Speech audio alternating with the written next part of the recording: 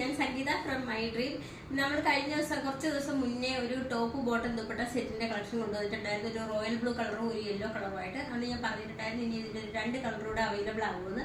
അപ്പോൾ അതിന് 2 കളർ വന്നിട്ടുണ്ട്. ആദ്യത്തെ കളർ വരുന്നത് ഒരു ഓറഞ്ച് കളറാണ്, രണ്ടാമത്തേത് ഒരു റാണി പിങ്ക് കളറിലാണ് വന്നേക്കുന്നത്. ആദ്യത്തെ കളർ കാണാം, ഓറഞ്ച് കളറിൽ ചൈനീസ് കോളറിലാണ് വന്നേക്കുന്നത്.